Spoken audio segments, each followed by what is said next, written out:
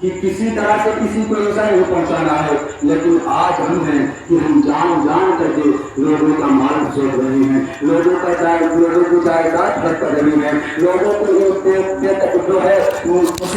وجہ سے لوگوں کو تکلیف پہنچا رہے ہیں، بیجا تکلیف پہنچا رہے ہیں۔ یہ کہاں کا اسلام ہے؟ اسلام دوستوں یہ نہیں ہے۔ اسلام تو وہ تھا کہ جب صحابہ اکرام درمیان نکلتے تھے تو لوگ کہا کرتے تھے دیکھو اتنا صحابی جا رہے ہیں۔ جب لوگ صحابہ اکرام بازار میں جاتے تھے تو اغیار دیکھتے تھے کہ دیکھو یہ اللہ کے پیارے حبیب صلی اللہ تعالیٰ علیہ وسلم کے فلاں ساتھی ہیں، دیکھو ابو ہریرہ جا رہے ہیں، دیکھو حضرت حمزہ جا رہے ہیں، دیکھو حضرت بلال جا رہے ہیں۔ کہ نظریں نیچی ہوا کرتے تھے اور کسی کی طرف نظریں اٹھا کر کے نہیں دیکھتے تھے۔ اسی وجہ سے تو باطل لوگوں نے کہا تھا کہ کشتی حق کا زمانہ میں سہارا تو ہے، کشتی حق کا زمانہ میں سہارا تو ہے، عصر نو رات ہے، دھندلا سا ستارہ تو ہے،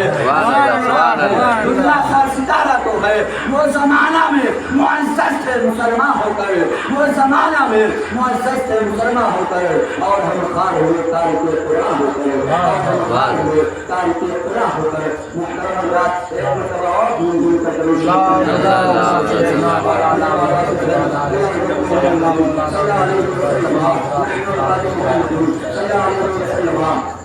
صلاۃ و سلام علیک یا رسول اللہ صلی اللہ تعالیٰ علیہ وسلم۔ ایک مرتبہ اور نبی اور آل نبی کی بارگاہ دربار میں درود و سلام کا نذرانہ قبلت پیش کریں اور اللہم صلی علی سیدنا و مولانا محمد وسلم۔ صلاۃ و سلام علیک یا رسول اللہ صلی اللہ تعالیٰ علیہ وسلم۔ محترم حضرات، حضرت عمر فاروق کی اگر زبان طیبہ پر اگر گفتگو کی جائے، اگر بات کی جائے تو راتیں گزر سکتی ہیں، دن ختم ہو سکتے ہیں، زندگی ہماری تمام ہو سکتی ہے، زندگی ہماری ختم ہو سکتی ہے، لیکن صحابہ کرام کا جو کردار تھا، جو اخلاق تھا، جو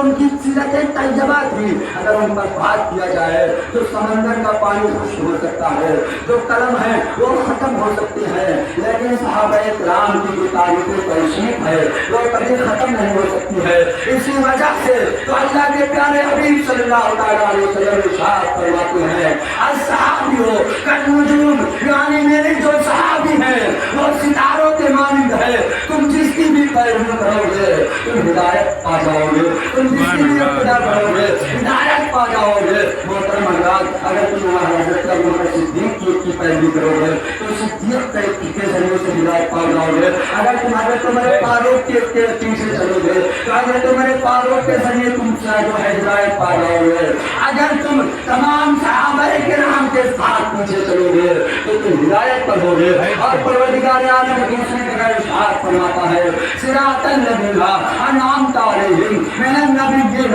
والصدیقین والشہداء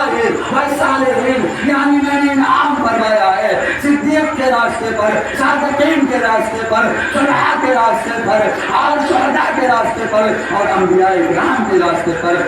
تم جس راستے کو بھی اپناؤ گے کامران بھی تو نظر آئے گے۔ لیکن آج ہمارا رویہ ہے کہ ہم جو ہے اپنا آئیڈیا بناتے ہیں تو کسی فلم اسٹار کو بناتے ہیں، اگر ہم اپنا رہنما بناتے ہیں تو کسی فلم اسٹار کو بناتے ہیں، اگر ہم اپنا کوئی جو ہے رہنما بنا رہے ہیں تو کسی بڑے نیتا کو بنا رہے ہیں، لیکن ہم نے کبھی نہ سوچا کہ ہم اللہ کے پیارے حبیب صلی اللہ علیہ وسلم کی جو سیرت طیبہ ہے ہمیں اسے اپنا آئیڈیا بنانا ہے، ہمیں اسے اپنا جو ہے رہنما بنانا ہے۔ قرآن ہے، اہل بیت اطہار ہے، ان کا ہمیں اپنا آئیڈیل بنانا چاہیے، لیکن ہم نے اسلام کا کام چھوڑ دیا ہے، ہم نے اسلام کو اپنے پسے پشت رکھ دیا ہے، ہم نے اسلام کو چھوڑ دیا ہے۔ اگر ہم نے اسلام کو تھاما ہوتا تو آج حضرت خالد ایوب کی طرح، حضرت قاسم کی طرح، حضرت جو ہے بڑے بڑے جو صحابہ کرام گزرے ہیں ان جیسے صحابہ کرام کی طرح آج اسلام کا بھی بول والا ہوتا، آج اسلام بھی اپنے عروج ارتقاء کی منزل پر ہوتا،